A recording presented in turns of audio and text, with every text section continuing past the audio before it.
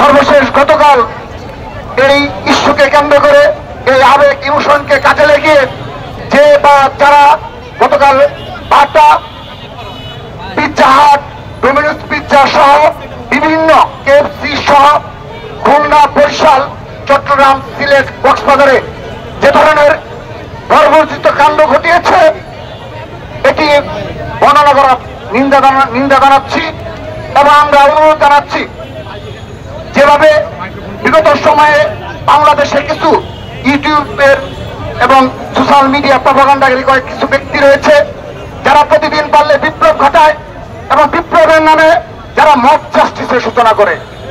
আমরা উল্লেখযোগ্য লক্ষ্য করেছি কতিপয় ব্যক্তি যারা বিনা কারণে এই ধরনের মব জাস্টিসের সূচনা করে এবং তাদের পিছনে অবশ্যই কোনো না কোনো উদ্দেশ্য রয়েছে।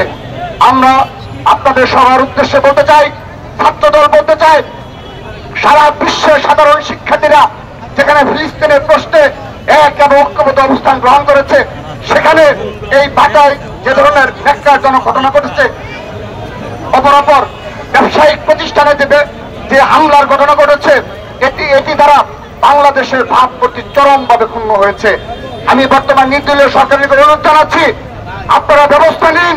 অতীতে একটি ঘটনার ব্যবস্থা নিতে পারেননি, এভাবে একটি রাষ্ট্র চলতে পারে না। আপনাদের এত বড় ব্যর্থতা কোনোভাবে মেনে নেওয়া যায় না। আন্তর্জাতিক বিশ্বে বাংলাদেশের ভাবমূর্তি চরমভাবে ক্ষুণ্ণ হয়েছে। আমরা আশা করছি, আমরা ছাত্রদল সতর্ক রয়েছি, আর কেউ যেন এই বাংলাদেশে মব জাস্টিস করতে যেন না পারে সেজন্য আমরা সতর্ক অবস্থান গ্রহণ করেছি। প্রিয় উপস্থিতি, আজকের এই প্রেক্ষাপটে আমি আরেকটি বিষয় স্মরণ করে শেষ করছি।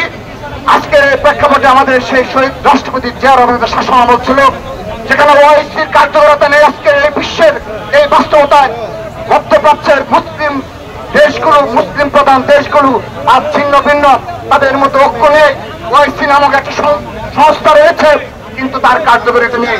আপনাদের মনে থাকার কথা, শহীদ রাষ্ট্রপতি জিয়া রহমান আমলে এই ওআইসিতে সহকারী মহাসচিব পদে বাংলাদেশ থেকে নির্বাচিত হয়েছিল এবং ইরান ইরাক যুদ্ধ সহ অপরাপর যে যুদ্ধ হয়েছিল সেখানে এই ওআইসি এবং শহীদ রাষ্ট্রপতি জিয়া রহমান বলিষ্ঠ ভূমিকা পালন করেছিল, যা ইতিহাসে রচিত রয়েছে।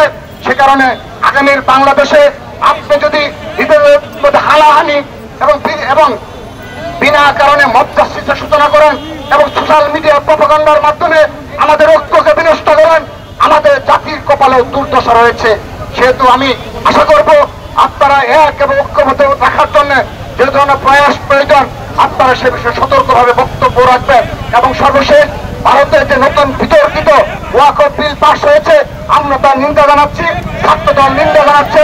ছাত্রদল বাতিলের দাবি জানিয়ে আমি আমার বক্তব্য শেষ করছি।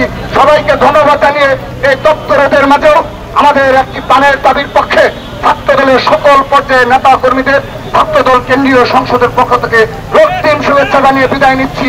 বাংলাদেশ জিন্দাবাদ, বাংলাদেশ জাতীয়তাবাদী ছাত্রদল জিন্দাবাদ। শহীদ রাষ্ট্রপতি অমর হোক, মা মাটি ও মানুষের নেত্রী, আপসীন দেশের নেত্রী এবং খালেদা জিন্দাবাদ। বাংলাদেশের অহংকার, বাংলাদেশের ভবিষ্যৎ জনাব তারেক রহমান জিন্দাবাদ জিন্দাবাদ।